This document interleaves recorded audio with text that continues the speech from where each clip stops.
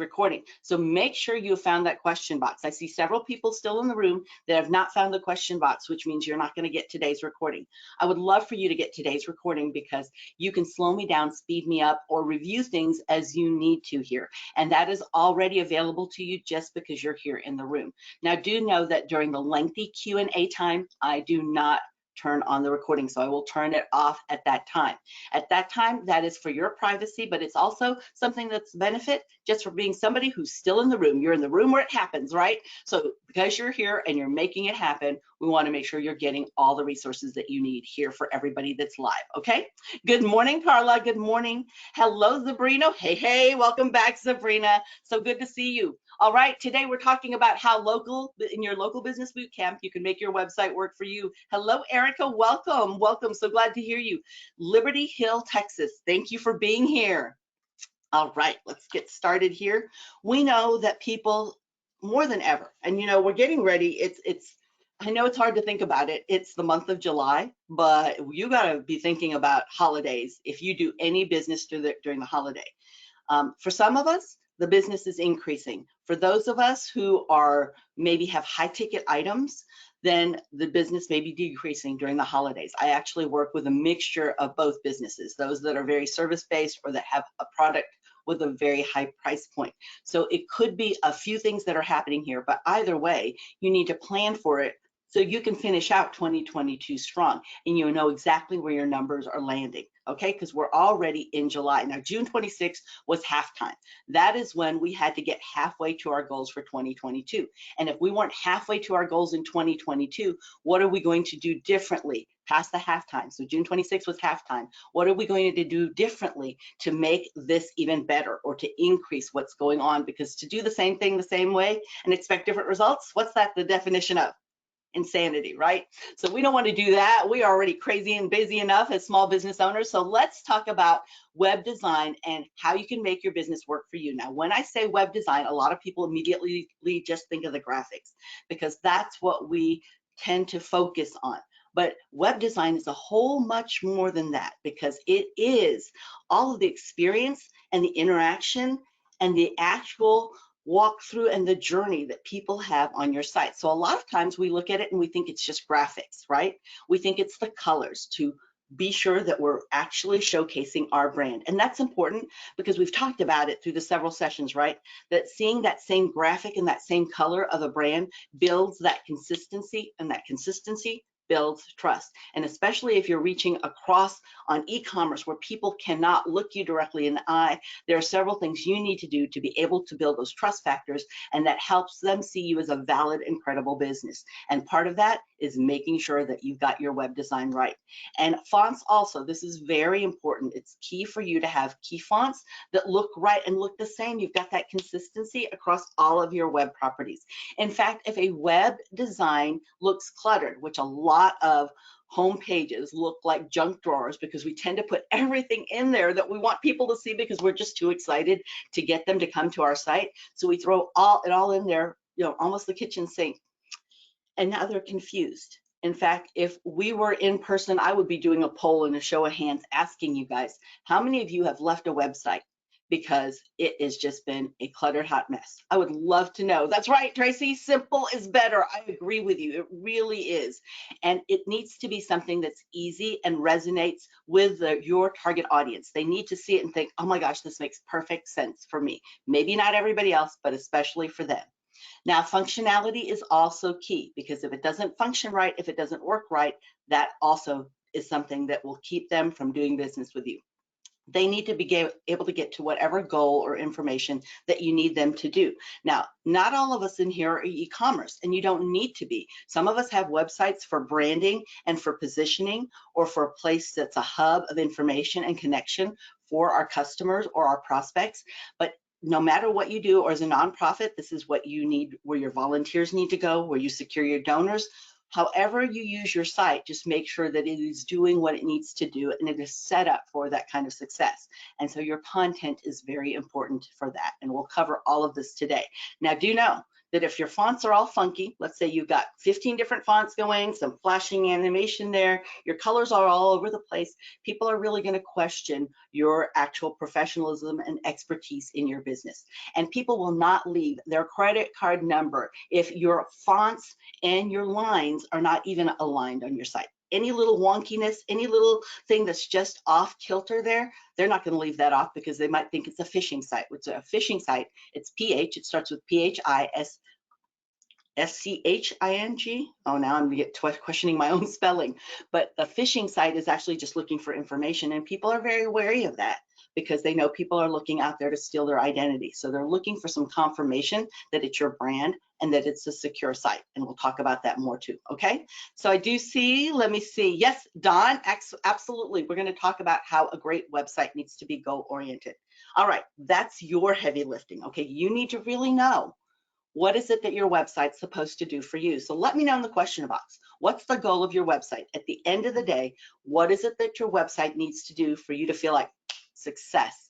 That's exactly what I needed a site to do, okay? So let me know in the question box. I'd love to help you focus on that and really give you some tips to be able to assist you getting to that goal. You do need to make sure that it's search friendly. If people can't find you, specifically if the search engine can't find you and search you, it cannot deliver you in the first page results to people who are looking for your product, service, or solution. Now, do know that it's important to be in the first page of a Google search. People don't look past that first page. If you're on the second or third page of a Google search, we often joke and say that's the best place to hide a dead body because nobody looks there. You have to show up on the first page. That's 10 organic search results per Google search page, and you need to be in the first page. It also needs to be convenient. If it's not easy, off we go, right? We go on. There's so many other competitors to work with. Has to be very organized and then also trustworthy, which we already talked about. So let me see. Customer bookings. All right, I'll talk and focus towards that. Thank you so much for letting me know that. Clay, sales, you're speaking my language, 12 years in international e-commerce. I'll definitely help you with as much experience and insights on that I can help you with. And then we also have tomorrow's session where I take that deeper dive into e-commerce. And then also anchor sales online. Yes, absolutely. And some direct sales, essential pages needed. Okay, essential pages needed. Tracy, are you asking which essential pages are needed? We'll talk about that, okay? If that's what you're asking, just confirm with me in the question box. All right, so a great website is goal-oriented. For those of you that shared your goals, thank you so much. And to let you know, if you want a copy of today's slides, then do comment the number 2 here in the question box. Just put the number 2. You'll get a copy of today's slides. Do not put your email address because it's not picking that up. It just picks up the number 2, and it will use the email address that you registered with. Now, do know that you'll get a copy of today's recording and the slides. If you put the number 2 there, you have to comment in the question box to get a copy of the recording and put the number 2 to get a copy of today's slides. You'll get that all within 24 hours. It takes that long for the system to render. All right, so let's see. Oh, I see a lot of people here. Now everybody's finding the question box, right? Everybody's absolutely trying to make sure they made a comment there. Thank you for doing that though, because I do want to make sure that I'm not just littering your inbox with stuff that you don't want. So what is the purpose of your website? Is it to build your brand? Is it really to set up your brand expertise and position you as the expert in your industry or the most amazing product that can help them with their problems or their concerns?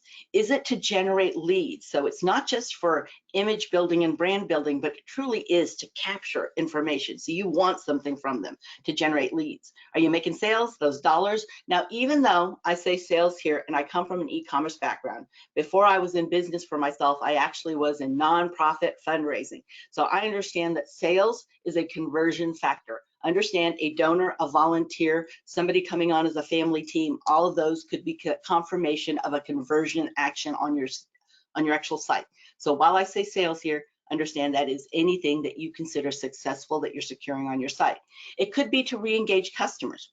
Sometimes that's what the website is really focused on. We know that it takes much less time, energy, and money to keep a current customer who already knows, likes, and trusts us compared to going out and just going to try to find a new one where you're starting at 0 actual trust levelness and you've got to build to 10 to even get them to give over their email address. So sometimes re-engaging customers, reselling them, and increasing your average order value if you're speaking e-commerce, or the LTV, lifetime value of your customer, is more profitable, and that's what your website's doing. Is it to attract employees? Maybe you're an employer brand and you really want to bring in more employees, and this is really showcasing the culture and the tone of working at your place. Or it could be to provide additional support. We saw a lot of creativity that happening in 2020 when everything changed in this world, and we saw even plumbers teaching people on their actual website and through video how to do things, how to do maintenance, how to connect different things. So what is the purpose of your site? I'd love to hear. So let me see. I see some people here. It's for brand building and image building. Perfect. I'm going to keep that in mind as I go through here and give some tips. Let's see, my goal is to build my brand and establish myself as an expert in mother-daughter relationships. Perfect, Erica, we'll definitely focus on that. Sales, Elena, I hear you. Brand building and leads, brand building, perfect. Okay, generate leads. Awesome, everyone. Thank you so much for sharing your goals, because I want to give as much as I can from my experience and also in working with so many different companies in different industries. Hello, Islandia, I see you. Welcome, welcome. Brand and sales, branding with expertise in financial services. Perfect. All right, so that is the next step. Once you know your goal, know that focus, because if you're trying to do everything, then it really dilutes your effort. And now you're trying to make your website do all of this, that actually makes your website confusing. And that is one of the reasons that people will bounce off of your site. The second thing you need to know is who's your target audience. Now, I have sat across from thousands of small business owners who have told me that it's anyone who fogs a mirror. And I will tell you that's code for I have no idea who my best customer is. It's just anybody who will buy from me. And that's not a good answer, because hope is wonderful to have, but it's a poor strategy. So what is it that you can do to really find out who your best audience is? If you have a book of business already, look at your 10 best customers. What's similar about them? What do they like? How do they think? How do they live? And understand that you can serve anybody, everybody, and somebody. That's great. But if you had 100, 1,000 of just that best customer, would that satisfy you? And would anybody else just be pure gravy? Because the messaging that you put on your site has to resonate with them. If they feel like, oh, that's not really me, or that could be anybody, that's not going to get them and draw them in. It has to look, they have to be able to look at it, it has to capture them, and they have to say, oh, they get me, this is it. She's walking my walk. She knows my pain. She understands everything that I need and can help me avoid any of the pitfalls. That's exactly what you need to be able to communicate on your site. Let's see, we also have people re-engaging customers too. Absolutely. And then sales, of course, and the goal is to readers to find your book. Perfect, wonderful, thank you. I will definitely focus on that. So when we look at goals, you've heard this before, it's called SMART goals, but as a reminder, it's specific, measurable, attainable, relevant, and timely. You have to SMART test all of your goals. Now understand that if you're missing any one of these components from your goals, then you're going to go off course.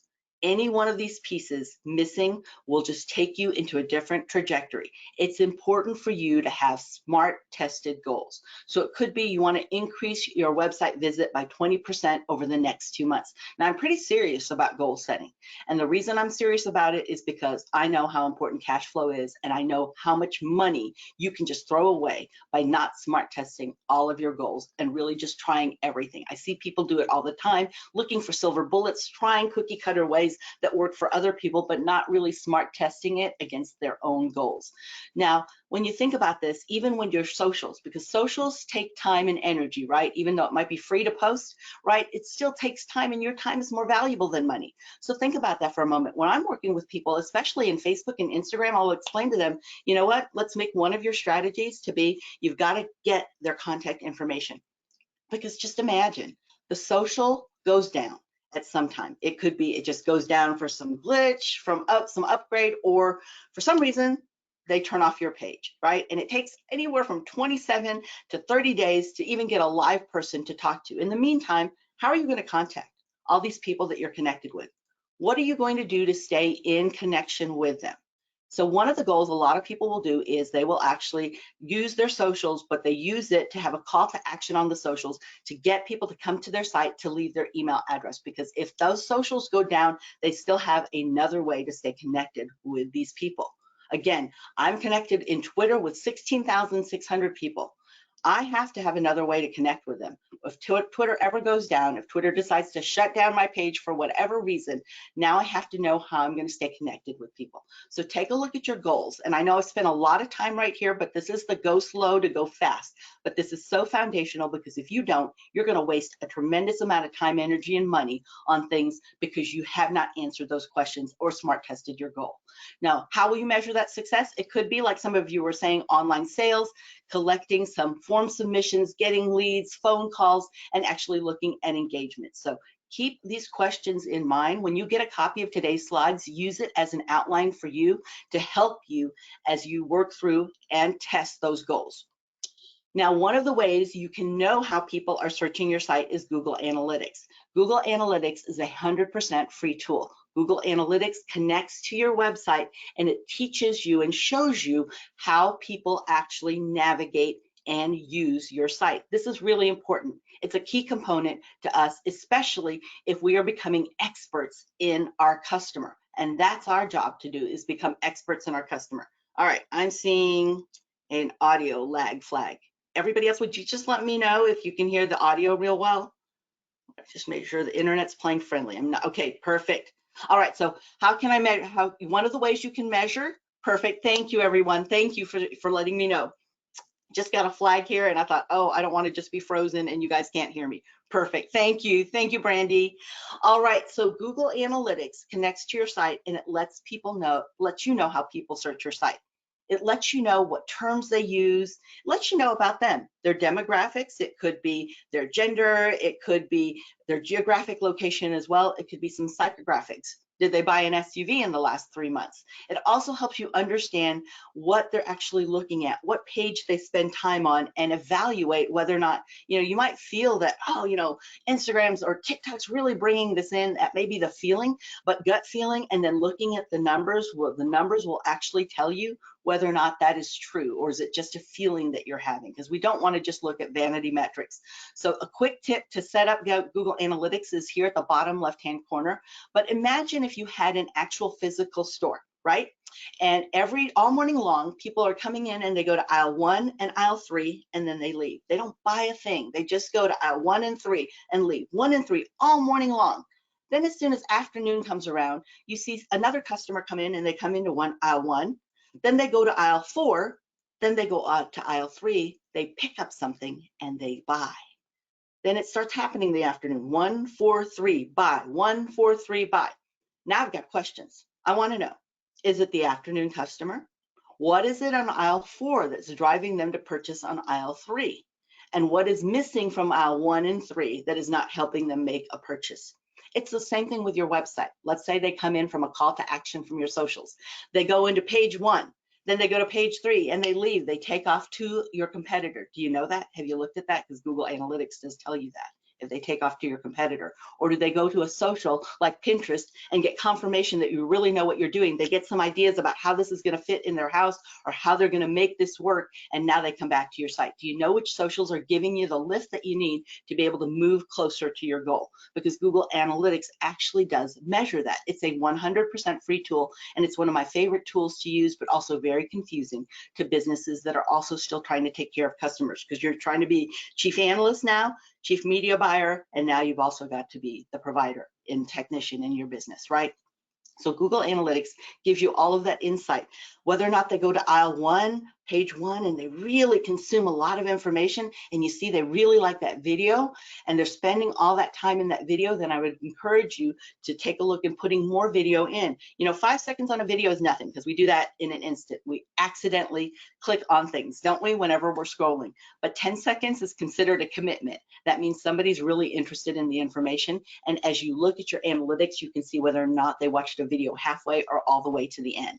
So how you can use analytics or set that up is make sure you're logged into your free Google account. Your free personal Gmail is there, you're golden, or you can secure a Google account. If you need me to go over how to get a Google account, let me know in the question box, okay? And then also, once you go here and you're logged into your Google account or your free personal Gmail account, all you need to do is refresh here, so click sign in. It will read your credentials and you're in. Now you can connect your website there, confirm that you're the owner, and follow the instructions. It's pretty intuitive to get that. Let me see. Does it give suggestions? It actually will let you see exactly what's happening, and now you can make some inferences from that. So it's not going to give you many suggestions in the actual data, but at the top right hand corner, Don, what you'll do is you'll see tips and suggestions because of the industry that you're in, and that absolutely is very rich with suggestions. Every day you're getting those tips, and I love that because if you're not familiar with analytics, this gives you a lot of guidance. But knowing your goal is going to help you, because Google Analytics can be very overwhelming if you don't know exactly what the goal is of your site. All right, so we do know that in October, GA4 came out, so October 2020, Google Analytics 4 is totally different from Google Analytics, the regular or the classic or universal analytics as we call it. But do know that they're measuring two different things, and that eventually we're going to go all the way over to Google Analytics 4. I encourage businesses to set up both on their site, and it's easy to do that, and I go over that and make better business decisions with analytics, which I'm actually covering this afternoon in another track, in another boot camp, but later in your boot camp sessions, we'll actually cover how you can make better business decisions with analytics. And then it actually walks you through how you can migrate over to Google Analytics 4. And I say this with caution because it is not a true migration. Your universal analytics are recording everything that happens on your site as soon as you connect Google Analytics with your site, okay? So it's measuring from the beginning of your site all the way through. Google Analytics 4 is only measuring from the moment you connect it on. So your site may have been in existence for 8 years, but it's only the moment that you connect GA4 together that it'll actually start picking up data. So the first analytics, classical, picked up from the very beginning, the birth of your site. Makes sense? And this one from when you connect it. And that's why I am highly encouraging people to connect it already, so you can start getting that rich information that can help you make good business decisions. But I'm going to show you what you can navigate within both and what you can see. So for example, in Universal Analytics, you can see what's happening in real time. Let's say you sent out a newsletter this morning, or you posted a really big promotion or a call to action on your socials. You might want to go to your real-time report and see who's coming to your site right now. I was working with an inventor who invented a new product that was being showcased on the Today Show. And as you saw the Today Show air, it was on the East Coast, you could watch it actually in the real time, see that people were coming in from the East Coast. Then when it hit the Midwest, then it hit Mountain Time. Then it went to Pacific. You could just see that flow. Also, at the same time, he does the same thing with his post, his actual social post, to see whether or not they're driving traffic to his site. So this is in real time what's happening to your site. It could be conversions. Remember what I said, a conversion is a success action on your site. So a success action, anything you want, either your email address or securing their email address, them purchasing, them leaving their email, or downloading a PDF or watching a video could be that success action. It could be acquisition. Where do they come from? This is one of my favorite reports to look at because I like to see exactly which channels are working, any of the socials as well as any promotions that I'm doing around that. And then also behavior. What are they doing? Are they watching a video, downloading something? Did they go to this page and read some more information? Did they really spend some time on the About Us? Did they hightail it off and check out your socials, and then they come on back after they've got that social proof, or they read your reviews and come back, or they going to your competitor? Then also in Google Analytics 4, what I love is it's recognizing the actual person who is using your site across all devices. So I could start here on a mobile, but then I might throw it to my smart TV because I want to look at it a little bit bigger. And maybe now I'm just, I've got to go, I'm getting on a plane, so I bring my laptop with me or my tablet or iPad, and I start looking there. It's still me, and that's why I like Google Analytics 4, because it is looking at a person through all the different devices that they use, and also the life cycle of your customer, which I really like because this helps us become much better experts at our actual customers. There's another tool that you can also connect to your site to make it better. This is Google Optimize. So it's g.co/optimize, and Google Optimize will help you understand exactly what's working on your site. So let's say you look at your site and you think, You know what? I love the color green here, but we're kind of losing it all on the color green on our site because everything's green. So when our shop now button is in green, people are just not even seeing it. They're looking, they're just, overlooking it. So I want to make it blue, and I'm going to try that, but I don't know for sure if that works, so I'll test that. I'll do what's known as an A/B test. Test A will stay with a green. That's going to be our control, and test B will be with the blue button, and I'll see if the blue button gets more sales, then I'm going to go to the blue button, or gets more people to download something or do the action that I want, then I'll do that. So you can see how to use Optimize. Again, this is a free tool at the bottom left-hand corner. Now let me see if you've got questions, because I've just dumped a whole lot of information to you, and you might feel like you're drinking from the fire hose, and I don't want that, because I want this to be something helpful that you can apply. So let me get to your questions here. Did I miss the part where you asked about us receiving the recording? Yes, I did. You did, Amy. So you've commented in the question box, which means you're going to get a copy of the recording because you've commented, and then you have to put the number 2 to get a copy of the actual slides. Okay? And does it need to be or benefit to use Google website platform? No, this doesn't. Okay, so Google Analytics connects with any website, be it that you have Squarespace, WordPress, whether or not you have, let me see there, right here, it connects with any website property. So utilize this to be able to measure any website property. It does not have to be a Google website property. Great question, Don. Sorry, didn't mean to flash you guys just there, but I wanted to make sure that I showed you exactly where to be able to pick up analytics. All right, any other questions? Let's go on then and talk about how we can make a website search friendly, because if the search engine doesn't see it, then it can't deliver you in the results when somebody is looking for your product, service, or solution. People are looking at distance. So there are 3 parts of Google's algorithm. I've talked about it briefly, but I am going to go into the 3 pillars, which is the first one, relevancy. How relevant are you to the person who's searching? How well do you match what they're looking for? That's why it's important for you to be an expert in your customer, to know exactly the words that they use. But number 2 is your prominence score. When was the last time you updated your site? Do you have video on your site? Do you have online reviews? Do you respond to your reviews? All of that is part of your prominence or your quality score, and that's the second pillar of Google's algorithm. The third pillar is distance. How far are you from the person who's searching for your product or service? That also is part of the 3 pillars. So relevance, distance, and prominence all have everything to do where the search engine shows you in the first page of an organic search when somebody is looking for what you have. So as you look at search results, you'll see that normally if there's photos up here, that's Google Shopping, that's a paid ad position. There's one text ad position at the very top. You'll see it denoted with ad, which usually has a little green box around it. Your Google business profile, which we talked about in session 1, hanging out right and nice there, very visible and visual for some good visual branding. And then your organic search results, 10 organic search results. You must show up on page 1. Okay, to even be seen that you're in business. If you dominate, meaning that everything here is about you, it's your blog page, a product page, maybe your LinkedIn profile, maybe you did a ribbon cutting here, and all of this information is now showing that you're an expert and it's all about you, then you're dominating the first page of Google search and you're seen as an expert in your industry. Gives you a lot of credibility.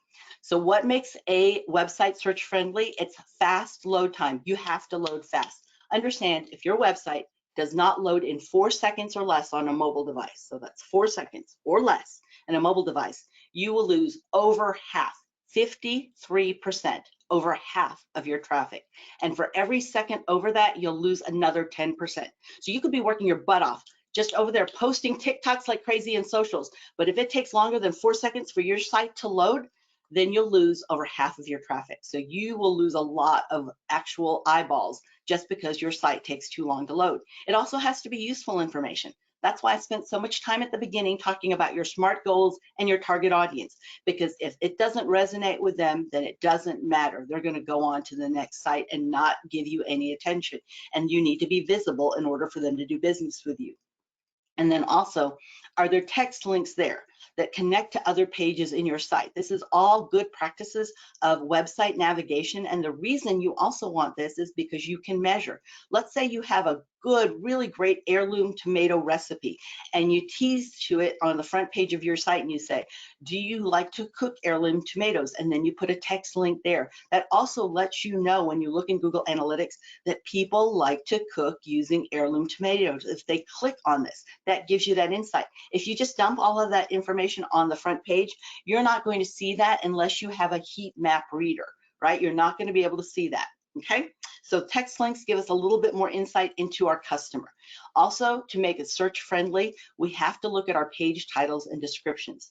Using the words that people use, look at that. Now, where you can find out the words are, you can utilize Google Trends to do that. I'll show you that in just a moment. You can actually also utilize and look at your reviews. So look at your customer reviews, because in their own words, they're telling you exactly what matters to them. If you don't have enough customers or enough reviews, or you've just started, look at your competitors' reviews and read them as well, because people are explaining exactly what it is they love and how it helped them. Now you can put those words in your page titles and descriptions. This is high-level search engine optimization, but this helps the search engine see you. Information architecture, how you lay out your site, also has a lot to do with whether or not Google can read your site.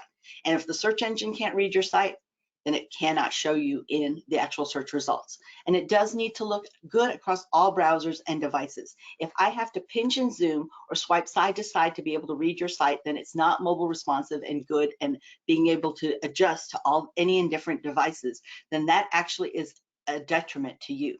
Understand, if your site is not secure, if it doesn't have an S, so it has to have HTTPS, or it isn't mobile responsive, which means I don't have to pinch and zoom or swipe side to side to see it. If it's not either of those, then it doesn't matter what you do here in information architecture or what content you put on, you will never hit for the first page of a Google search, because Google actually, not just Google, any search engine actually penalizes for the fact that your site's not mobile responsive or secure. So there's nothing that you can do if you don't have those basics in place on your site. Now, one thing that I do know is a lot of people do not know that they need to be the ones to enter their website into Google's library. A lot of people believe that Google is the World Wide Web, and we are not. We are the biggest library of the World Wide Web. So if you think back in the day, when you go to the library, at least now I'm going to date myself, you'd go to the card catalog, you'd search out what the actual book was and the topic you were interested in. It was categorized by the Dewey Decimal System. You would take that number, you would go out to the stats, and you would go find it. Well, that's what Googlebot does. But it's looking for what somebody's searching, that one sentence in a paragraph of your book, your website being a book, and it's looking within Google's library. Well, the Googlebot is pretty good. And usually within 90 days of somebody putting something up online, it will find you. But I don't like to wait 90 days, because your small businesses and cash flow is king, and it's time to make money. The minute you throw up your site, I want it to do what you want it to do. And I hope you feel the same way, because if you do, then you need to know about this tool. It's 100% free. It connects to your site, and this is the door to the library. This is where you let Google know, look, I just uploaded this. Take a look at this. Googlebot, it's here, and it informs us immediately. So you're not waiting that 90 days for Googlebot to find you. You're immediately entering it into the library, and you're letting Google know, look at this page, don't look at this page. Ooh, that's old information, don't look at that. Look at this, and this is actually what I like to showcase and make sure that all my pages are mobile responsive. All of that is happening in Google Search Console. This is the door to the library, but you have to enter it yourself. No one else can do this for you. It's not automatic when you throw something up online. Now, the good thing is a lot of the CMSs, so content management systems like Squarespace, Wix, WordPress, a lot of them already have built in that you can connect Google Search Console to their content management system. So it will do it for you seamlessly, but you still have to activate it, okay? Because you have to prove that you're the owner of that domain. Now, I'm sure there's lots of questions about that, because a lot of people don't know about the door to the library, and they just assume they throw a website out and Google's going to see it. Let's see. No, Jessica, just because you've commented here, you'll get a copy of the recording, and you may want to slow me down or review a lot of the different things I'm covering here. So you've got it. All right, what can you do? Let's see. What can you do to fix how your website is showing on Google?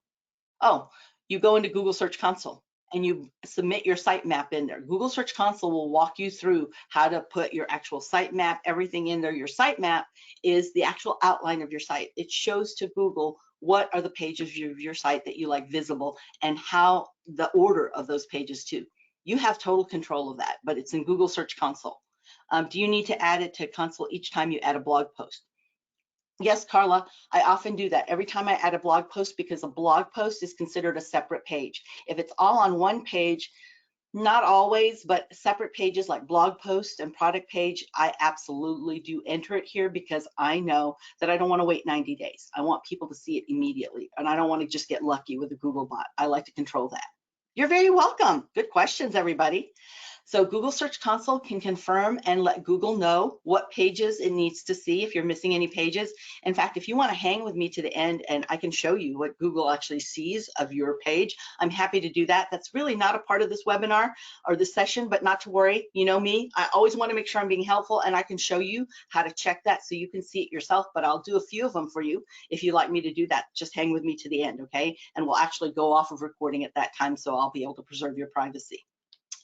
So how you can go to Search Console is you go here to this URL. In fact, I'll move my pointer out of the way if you want to take a screenshot, because you're not going to get the recording or the actual slides until 24 hours later. So do know that it does take 24 hours to render this. I haven't forgotten you if you haven't gotten it by tonight, okay? Know that that's what's happening.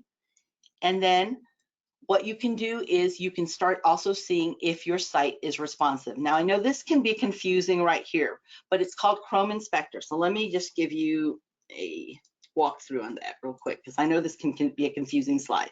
I'm throwing up here in front of you, this is an incognito page of Chrome. It is Google Chrome. What you're doing here is you're going to go to, let's say I'm at my site.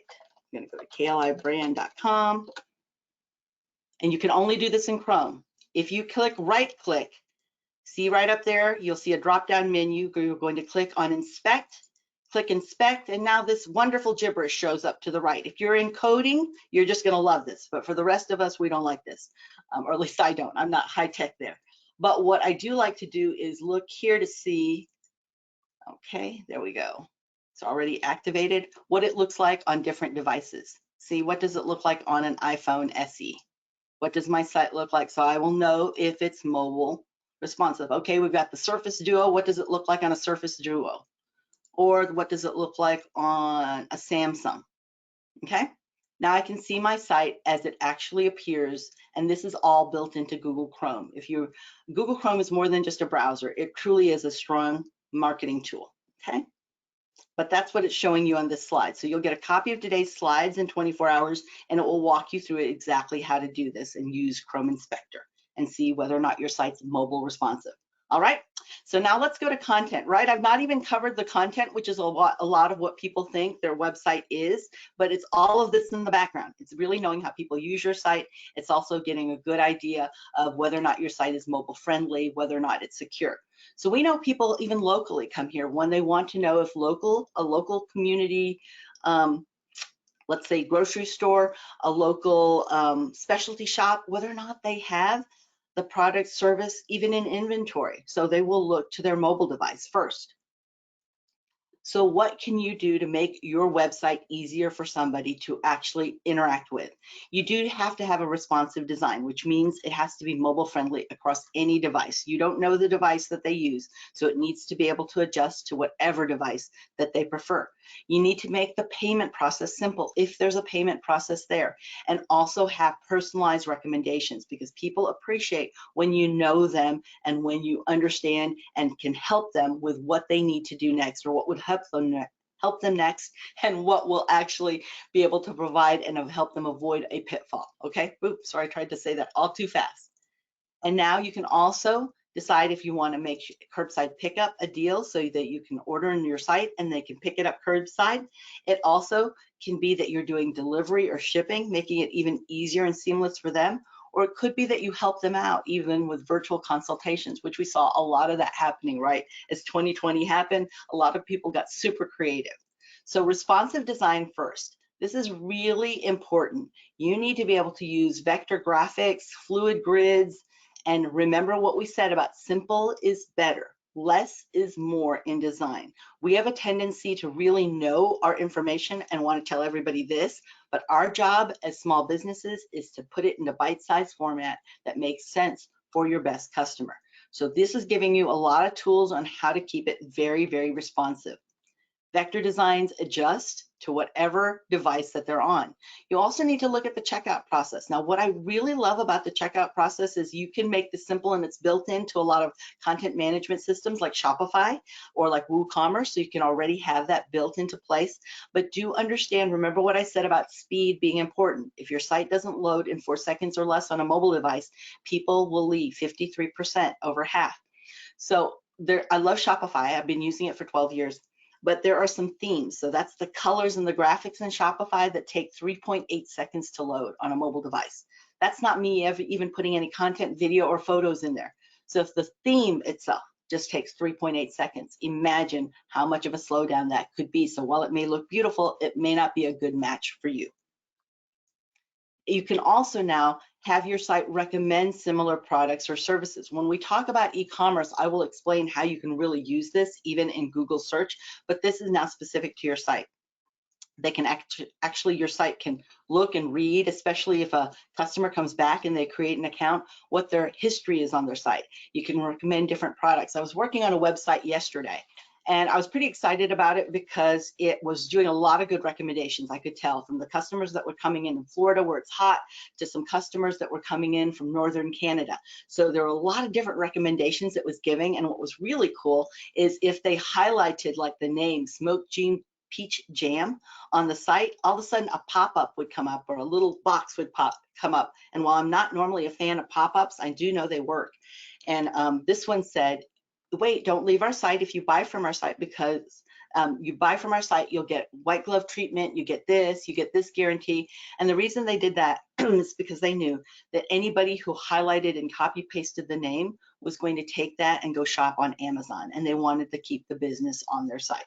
So that is one of the things they were doing. It really gets very interesting to see how people customize and bundle things, but anything that you can do to make that easier and convenient to give recommendations to your customer, now you're really seen as the expert and they look to you to make sure they're not missing anything. Curbside pickup, so we've really covered most of this here. This is really just a reminder of everything from the past few slides to think about what it is that you want to implement and apply. Remember, knowledge is not powerful until it's applied. Now I've been harping about how your site needs to load in 4 seconds or less. So let's find out, everybody, shall we? At the bottom left-hand corner, you'll see a URL, g.co/testmysite.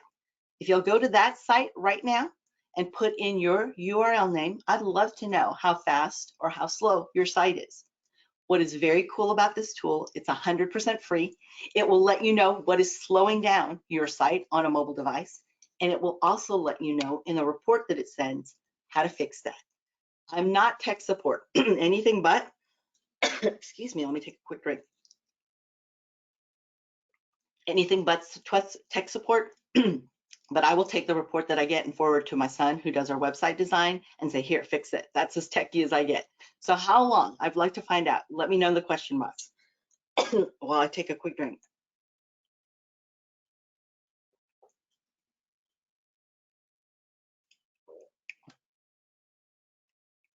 No brave soul yet that's tested their site?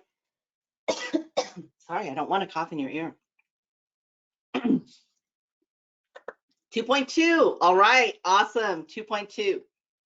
That's really good. You're staying within 4 seconds, but do understand the less is better. Remember what we said, less is more. So I work with even e-commerce sites where we try to drive it down to 1.8 seconds, okay? Because we know the longer a site takes to load, the higher the chance they will leave your site and go shop your competitor, okay? 3.4 seconds. Videos do slow down a website. That's why we encourage you to host them somewhere else. That's why a lot of people do host them on YouTube, which is also owned by Google, but they'll do that because they don't want to slow down their site. But it will give you a report, Carla, and let you know exactly what you need to fix. So I don't want to guess at it because the report will let you know. 3.4, 2 seconds. Woo, all right. All right, perfect. So Carla, yes, you host there. Just take a look because it could be something else slowing down your site then. Look at the report, you'll be emailed. So when you use this, it'll show you how you can actually, sorry, tried to say that too fast, how you can improve your load time. I'm just so getting so excited because this is one of the tools that people don't know about. And then it'll also compare and show how you compare in your industry, which is important for you to know to be able to gain that competitive advantage, know exactly what you're competing against, right? So keep that in mind. Perfect, everybody. Glad you're using that. So the report will tell you all of this. Is your site personalized? Is it a good experience for everyone too that's shopping your site? So it's really a good, rich report. And I like that it's 100% free. I'm a bootstrap marketer, so I like free or small fee. We also need to look at the organization of your website. When you heard me say earlier, information architecture, that is how you've organized your site. So basically, sites have a home page, a shop page, a contact page. So they might have a little bit about our team, but you really need to think about how your shopper shops and think, wow, do I need to have products in there and have that designated? Because maybe I'm coming in looking for gift cards, but somebody else is looking for hot sauce, and we don't want to look through the whole mess of products just to find the gift cards. So the easier you can make it for people to find things on your site, even better. Another expert marketer tip is to put a search bar on your site, right? So what that is that they can search your site. Let's say I land on your home page and I cannot figure out for the life of me where to buy gift cards. I could go to this little search bar or the little, magnifying glass on your site, not on Google, on your site, and start looking for gift cards there. What that will also do in analytics is it will track that these are the words people are searching for on your site. So maybe, just maybe, you need to organize your site a little bit differently to show this so they don't have to search so much for it and make it easier. The less clicks that they have to do to get to things, the better, the more likely people are going to do business with you and stay on your site. So for example, here, right here, they have at the very top above the fold that you can shop new releases. So understand that what they see on a screen before you have to scroll is considered above the fold. And that's where you like to put the most important information. Back in the day when we had newspapers, that's why it's called above the fold, because when it was folded in half, the most important stuff needed to be seen up front, right? At the very top. So how are you organizing your site? How are you giving people the relevant information that they need to be able to make that decision or to be able to do the success action that you want them to do on your site? Okay, so look at that organization for your site and then make sure that Google knows that. Now, Google Trends, you heard me mention that also as far as what content to put on your site. If you look at the bottom left, that's the URL to go to. I actually go into great detail on how to use Google Trends during our session of Reach Customers Online, which will actually happen in the second half of this bootcamp that happens in August. But this is how you can use another free tool to actually search out trends. And if you want me to show you how to use that, I can at the end, but I'm just going to be introducing it to you now, and it'll help you look for keywords and truly understand the words that your customers use when they're searching and what matters most to them right now. A website also, though, has to be trustworthy. This is important. So it does have to have the HTTPS. S means security. Your payments need to be secure. People are not going to just drop off their card number or connect you with their PayPal if they don't know that you're a secure site. So that just builds trust, and people do business with businesses and people that they know, like, and trust. And you build trust by having business reviews that are true. Third-party reviews and third-party validation means much more than us just beating our chest saying that we're amazing. And then also you need to show your ratings and showing a good mixture of them. Just because, I mean, it's great if you have 5 stars naturally, but you don't want to alter that. People are very wary about fake reviews. You want actual real reviews showing exactly how shoppers, people, your real customers, are showcasing and showing what they like and what they think of your product, as well as contact information. Not everybody is comfortable with a chat box. So are there other things that you can do to help them contact and connect with somebody that can support them? All right, deep breath, everybody. I covered a lot of information. Now I need to know about what you're going to apply. Are you going to start looking at Google Analytics to look and measure how people are shopping your site and know more about your customer, how they use your site? Are you going to use Google Optimize to do some testing to see what actually is working? Are you going to connect and put your book in the library, the book meaning your website? Are you going to connect through Google Search Console? Are you testing whether or not your site takes 4 seconds or less to load? Are you organizing your actual site and putting good information by reading Google Trends and seeing exactly what people are searching for in your area? You can get that specific in trends in your area within the last hour, in fact. Or you can find out what they're searching in YouTube if you're trying to figure out what video to do or post. And are you trustworthy? Can they utilize a tool to pay you or to be able to do a transaction that they feel is trustworthy enough for them to leave information? Okay. All right. As I go over these next resources, if you want to put a copy of your, or put your, not copy, if you want to put your question in the actual question box, make sure you put a question there and I will address it. I am going to turn off the recording right now just to make sure. There we go.